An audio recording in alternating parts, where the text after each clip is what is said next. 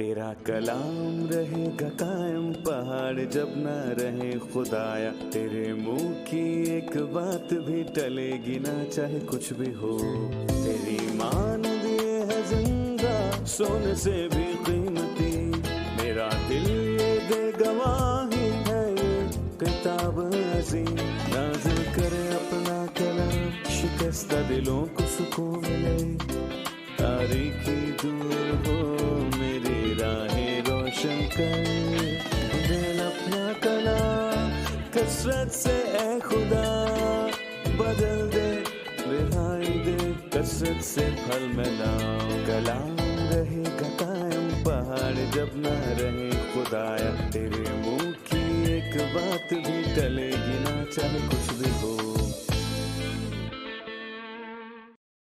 عزیز ناظرین، میں Ayad Zarif آپ سب دیکھنے والوں کو ہمارے روز کے بائبلی مطالعہ پروگرام کی اس نئی قسط میں خوش آمدید کہتا ہوں۔ ہم ابھی بھی احبار کی کتاب کا مطالعہ کر رہے ہیں۔ یہ بائبل مقدس کی تیسری کتاب ہے جو قربانیوں اور نذرانوں سے متعلق ہے، اور آج ہم چھٹے باب کی 8ویں آیت سے شروع کر کے باب کے آخر تک مطالعہ جاری رکھیں گے، جو سوختنی قربانی کی شرح، اناج کے نذرانے کی شرح اور خطا کی قربانی کی شرح کے بارے میں بات کرتی ہے۔ لیکن سب سے پہلے میں اسٹوڈیو میں موجود خدا کے خادم بھائی یوسف کو خوش آمدید کہوں گا۔ بہت شکریہ بھائی۔ ساتھ ہی ہمارے دیگر مہمانوں کو بھی خوش آمدید۔ بھائی یوسف، میں پہلا حصہ پڑھوں گا جو سوختنی قربانی کی شرح کے متعلق ہے، پھر میں آپ سے سوال پوچھوں گا۔ ضرور۔ 8ویں آیت۔ پھر خداوند نے موسیٰ سے کہا، ہارون اور اس کے بیٹوں کو یوں حکم دے کہ سوختنی قربانی کے بارے میں شرح یہ ہے کہ سوختنی قربانی مذبح کے اوپر آتش دان پر تمام رات صبح تک رہے، اور مذبح کی آگ اس پر جلتی رہے، اور کاہن اپنا کتان کا لباس پہنے اور کتان کے پاجامے کو اپنے تن پر ڈالے، اور آگ نے جو سوختنی قربانی کو مذبح پر بھسم کر کے راکھ کر دیا ہے، اس راکھ کو اٹھا کر اسے مذبح کی ایک طرف رکھے، پھر وہ اپنے لباس کو اتار کر دوسرے کپڑے پہنے، اور اس راکھ کو اٹھا کر لشکرگاہ کے باہر کسی صاف جگہ میں لے جائے، اور مذبح پر آگ جلتی رہے اور کبھی بجھنے نہ پائے، اور کاہن ہر صبح کو اس پر لکڑیاں جلا کر سوختنی قربانی کو اس کے اوپر چن دے، اور سلامتی کے ذبیحوں کی چربی کو اس کے اوپر جلایا کرے۔ مذبح پر آگ ہمیشہ جلتی رکھی جائے، وہ کبھی بجھنے نہ پائے۔ بھائی یوسف، سوختنی قربانی کی شرح سے ہمیں بتائیے کہ کیا مراد ہے؟ ہم جانتے ہیں کہ سوختنی قربانی مسیح کی موت کا پہلو ہے جو خدا کو جلال دیتا ہے۔ مسیح ہم کو چھڑانے اور بچانے کے لیے مرا، یہ پہلا پہلو ہے۔ اور ایک اور پہلو ہے کہ وہ خدا کو جلال دینے کے لیے مرا، خدا کو معاوضہ دینے کے لیے اور اسے جلال دینے کے لیے۔ ہم جانتے ہیں یوحنا کی انجیل میں ہمیں سوختنی قربانی کا ذکر ملتا ہے، اور یوحنا کے 13ویں باب کی 31ویں آیت میں یسوع نے کہا کہ اب ابن آدم نے جلال پایا اور خدا نے اس میں جلال پایا۔ پس جب مسیح صلیب پر مرا تو اس کی موت خدا کے جلال کے لیے تھی اور سارا جلال اس کو ملے، اور کیونکہ خدا کو جلال ملا وہ ہم سے خوش ہو گیا، اور اس لیے ہم بہت اہم الفاظ پڑھتے ہیں۔ سوختنی قربانی کے بارے میں یہ شرح ہے کہ سوختنی قربانی مذبح کے اوپر آتشدان پر تمام رات صبح تک جلتی رہے۔ میں ان الفاظ میں خدا کی دنیا سے عدم موجودگی کو دیکھ رہا ہوں، صلیب سے لے کر دوبارہ اس کے قوت اور جلال میں آنے تک ہمیں کیسے قبول کیا جاتا ہے، اور خدا ہم سے راضی کیوں ہے۔ اس کی وجہ یہ ہے کہ کیا ہم دوسروں سے بہتر ہیں، یا اس لیے کہ اسے اپنی ساری خوشی سوختنی قربانی میں مل گئی تھی۔ در حقیقت اسے اپنی ساری خوشی سوختنی قربانی میں مل گئی تھی، اور وہ ہمارے ساتھ خوش ہے جو ہمیں اس اعزاز میں بخشا گیا، جیسا کہ افسیوں 1 میں کہا گیا ہے۔ 10ویں آیت میں کاہن نے جس قسم کے کپڑے پہنے تھے، اپنا کتان کا لباس پہنے اور کتان کے پاجامے کو اپنے تن پر ڈالے، اور آگ نے جو سوختنی قربانی کو بھسم کر دیا ہے، اس حصے میں کیا تعلیم پائی جاتی ہے؟ کتان ہمیشہ سفید راست بازی کی طرف اشارہ کرتا ہے، اور مسیح راست باز ہے، سارا جلال اس کو ملے۔ نئے عہد نامے میں 11 مرتبہ ہمیں بتایا گیا ہے مسیح راست باز ہے، اور اگر تم جانتے ہو کہ وہ راست باز ہے اور جو کوئی راست بازی کے کام کرتا ہے وہ اس سے پیدا ہوا ہے، بس وہ مسیح کی راست بازی پر توجہ دیتا ہے، اور جب وہ صلیب پر لٹکا ہوا تھا تو وہ ظاہر ہوئی۔ جی ٹھیک ہے،